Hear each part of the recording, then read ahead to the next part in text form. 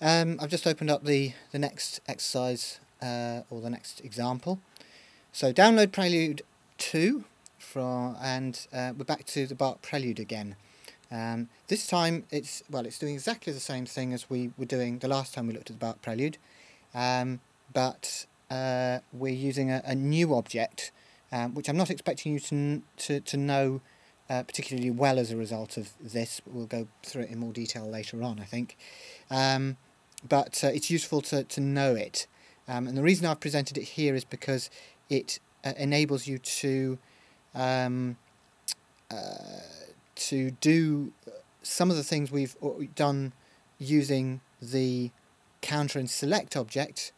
Actually, sorry, not the counter, just the select object with message boxes underneath. Enables you to do that much quicker and with less clutter on the screen. And it also introduces us to some table-like a table-like object. We'll look at tables in exercises 3. Anyway, so basically, if you look at, I'm going to obscure this for the moment, but if we go back to the first prelude example, and if you remember, we've got the beats being counted here, or at least recognised by the select object, and then the bars being recognised over here by this select object. We've got almost exactly the same thing over here, just configured differently on the screen, which perhaps makes it a little bit confusing until you look carefully. Here we've got the Metro 200 object, and here we've got the counter 128 object, just as we have in the other patch. And here we run into the select object. This is this select object. Okay, it's the same thing. And then similarly, it's triggering these series of message boxes, as here, which are being updated according to what's sent into an unpack object, which is this unpack object here. So basically it's the same thing. What's different is that instead of having a completely separate select one object in order to select the first beat of each, in inverted commas, bar, we are using the same select object as we're using to trigger each beat, but we're just dividing. So we're just using the first outlet of that, which happens to select 1 anyway, to count through our to trigger a counter object, which is counting our bars. So again, it's doing exactly the same thing, but it uses less objects. And then this object, as I say, this col object. Col is, I guess, collection. And it does what it says on the tin. It's a collection of items. And you need to double-click it in order to open it. So I will do that. And inside is a kind of list, a vertical numbered list of lists. Lists in the sense that I'm describing here, not necessarily in the same sense as the list of items separated by spaces. Hopefully you understand the difference. If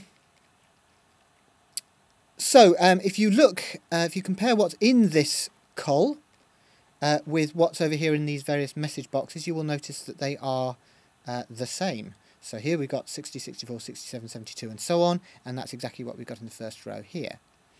We've got a duplication of row 1 in row 2, and then it goes on to 60, 62, 69, 74, which is what we've got in the second list here, second message box here, and then if you compare the two, you'll notice that they're common.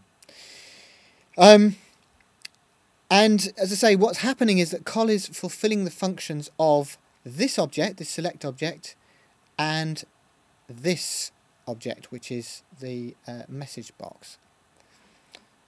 Each of these numbers down the left-hand side of the col are indices, what are called indices, which are sort of numbers for each row, if you like, or for each line. And there's a particular syntax, if you like, which is important to remember if you are going to make a col, but again we'll come back to this later on. The index is separated by a comma. Then you have whatever is going to be stored against that index, so where, you know, whatever you want to store by that number, and then you have a semicolon, and then you'll have your second number, which is your second index, and therefore your second sort of item in the table, sorry, in the collection, and then a comma again, and then the list of numbers, and then a semicolon. And so if you make up your col using that format, then you can store all of this data very simply within the col. And then what happens is when the counter counts through, so it counts from 1 to 26 here, it counts, when it sends a 1 into the col, then col knows to spit out the numbers that are stored at that index. And then when it sends out a number 2, it spits out whatever's stored at number 2. Oops, sorry. And then at 3, whatever's stored at number 3, and so on. And then, so you get a list of 8 items, which is this bit here, sorry, there, being spat out into one pack, which unpacks them into the message boxes, and so on. So, again, I'm probably labouring this, but hopefully you understand what's going on there.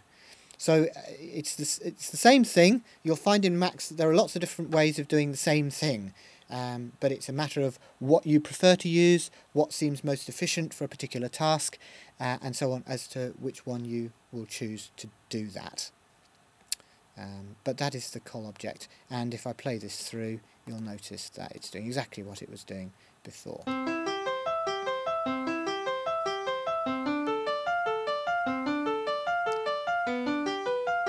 Except that I've got that bit wrong. Just that note.